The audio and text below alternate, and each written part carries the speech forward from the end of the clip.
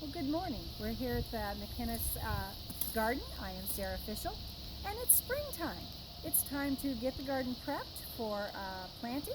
And so the first thing we have to do is hoe up some of our weeds and take the winter cover off. And it's a little too early to plant yet because we may still have a frost, but I can test the ground and see whether it's ready or not. And the way I do that is I simply get a clump of dirt, put it in my hand, smush it together, and if it stays together and when I go to bounce it, it falls apart, this ground is perfect for planting and prepping for spring. One of the other things that we are going to do in our prep is to build our bean pole teepees, and I'm going to show you how to do that today. You're first going to have the menfolk go out and cut you some young saplings that are really sturdy. And once you have a collection of about 20 of those, you can start setting them together. To set them together, you need some twine, and you want 3 poles that are about the same length to start out with.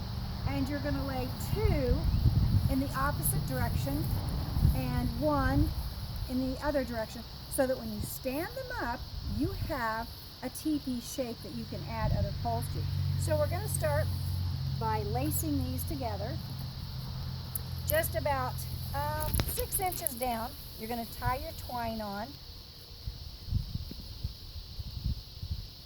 and then you're going to start just lacing them together. You don't want to lace them too tightly, because if you lace them too tightly, they won't have enough give to stand up. So don't lace them too tight, but just intertwine them with your twine, and you're going to make about 6 rounds going in and out, lacing these together.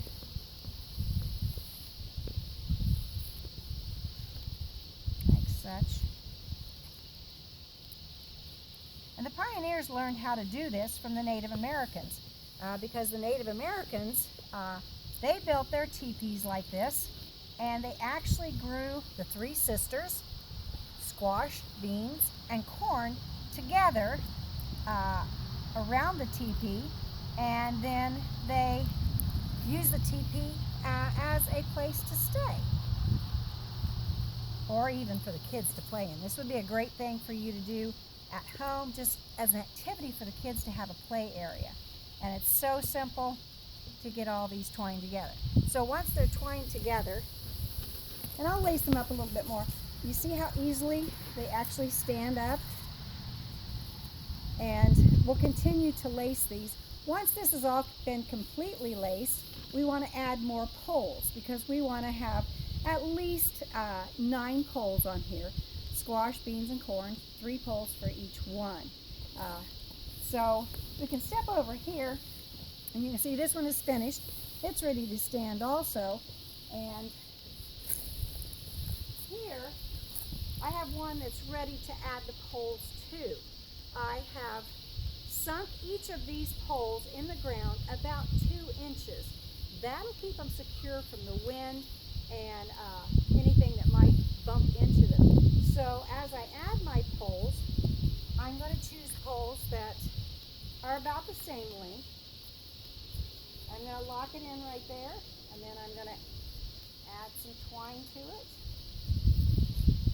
Then I'm going to add another pole to the other side, and I will eventually also bury these in the ground.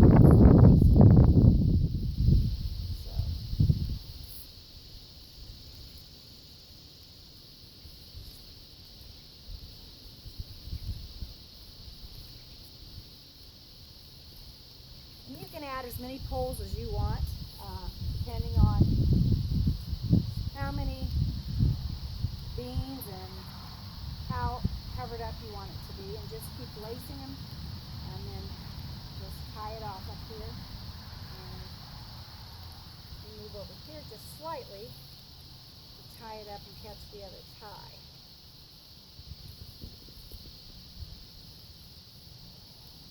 There we go. And now when it gets a little closer to the end of May, and you're ready to plant your squash, your beans, and your corn, You're just going to plant each seed next to the pole and you're ready to go. So if you want to look down here, I have one child size teepee built, and it shows you green for the beans, yellow for the corn, and tan for the squash. So this is how a large teepee would actually look when finished. And I kind of added this little odd pole just to give it character. So if you wanted to hang something from it, you could, and that would say, hey, this is my teepee, leave it alone.